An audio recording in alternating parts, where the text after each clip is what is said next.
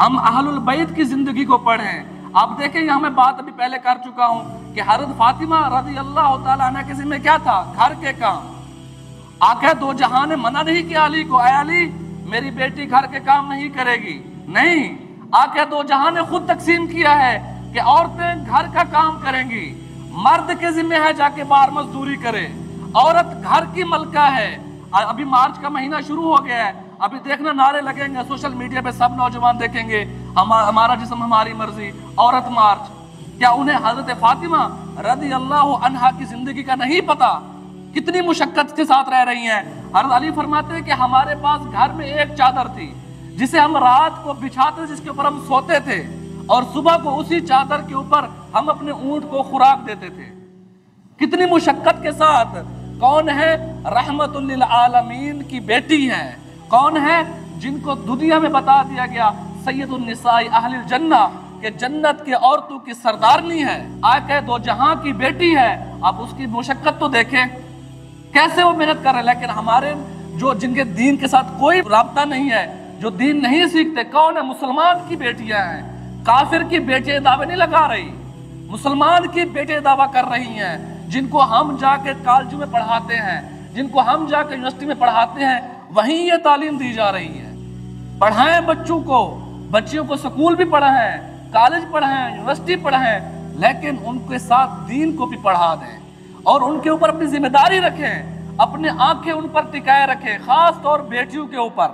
College پڑھانا ہے خود جا کے پہنچائیں اور خود ہی لے آئیں، یونیورسٹی پڑھانا ہے ہاسٹل میں نہ پڑھائیں، ہاسٹل میں نہ پڑھائیں۔ میرے بھائی آج کل وہ زمانہ نہیں ہے۔ آج کل تو سگے جو کزن ہیں، جو دوسرے رشتہ دار ہیں، ان سے بچانا ضروری ہے۔ تو کیا ہم اپنی بیٹیوں کو، بہنوں کو ان کے ہی مرضی پہ یونیورسٹی پہ چھوڑیں، ہاسٹل میں چھوڑ ہے؟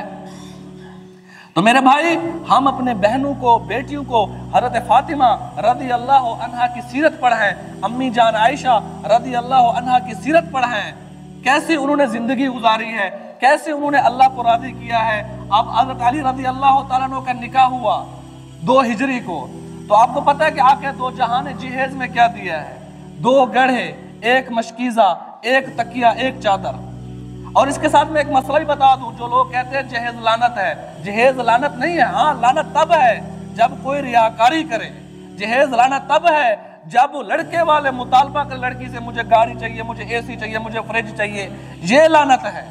کیونکہ آقا دو جہاں سے ثابت ہے جہیز دینا۔ ہر لڑکی کے والدین جتنی وسعت ہے، جتنی وقت ہے، جتنی استعداد ہے، ریاکاری نہیں، اتنے جہیز دیں۔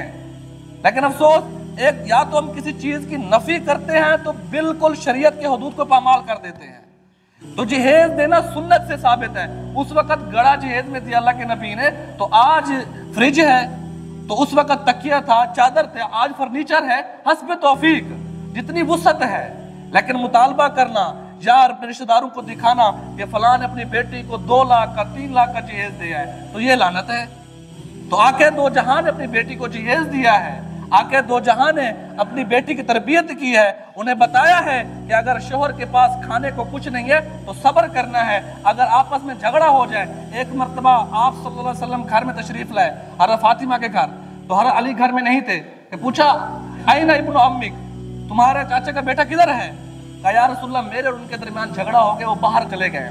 یہاں ایک سبق اور بھی ہے کہ اگر میاں اور بیوی کے درمیان جھگڑا ہو جائے تو اس طرح نہیں کرنا کہ بیوی کو گھر سے نہیں نکالنا، بلکہ خود نکلنا ہے۔ یہ آقا دو جہاں سے بھی ثابت ہے، حضرت علی کرم اللہ وجہہ سے بھی ثابت ہے۔ کیسے؟ اب حضرت علی اور فاطمہ کے درمیان جھگڑا ہوا ہے تو حضرت علی نے گھر چھوڑا ہے، مسجد میں جا کے سو گئے ہیں۔ تو آپ صلی اللہ علیہ وسلم نے کہا کسی کو کہ جو علی کو ڈھونڈو، علی کدھر ہے؟ تو آئے دیکھا حضرت علی سوئے ہوئے تھے مسجد کے اندر چٹائی کے اوپر، تو یہاں ان کو مٹی لگی ہوئی تھی۔ تو اللہ نے کیا فرمایا؟ قم یا ابا تراب، تو یہاں سے ان کو ابو تراب کا لقب ملا ہے۔ آپ صلی اللہ علیہ وسلم بھی خود امہات المومنین سے ناراض ہوئے تھے، ازواج مطہرات سے ناراض ہوئے تھے، تو آقا دو جہاں نے کسی کو گھر سے نہیں نکالا، بلکہ خود گھر سے باہر چلے گئے تھے، چبوترے میں پورا مہینہ رہے تھے۔ تو یہ سبق ہے، سیرت ہے، ہم سیکھیں رسول اللہ صلی اللہ علیہ وسلم کی سیرت کو۔ لقد کان لکم فی رسول اللہ اسوۃ حسنہ، کہ ہم سیرت سیکھیں کہ ہم نے کیسے ایک اچھا انسان بن کے، کیسے ہم رسول اللہ صلی اللہ علیہ وسلم کے سچے غلام بن کے زندگی گزار سکتے ہیں۔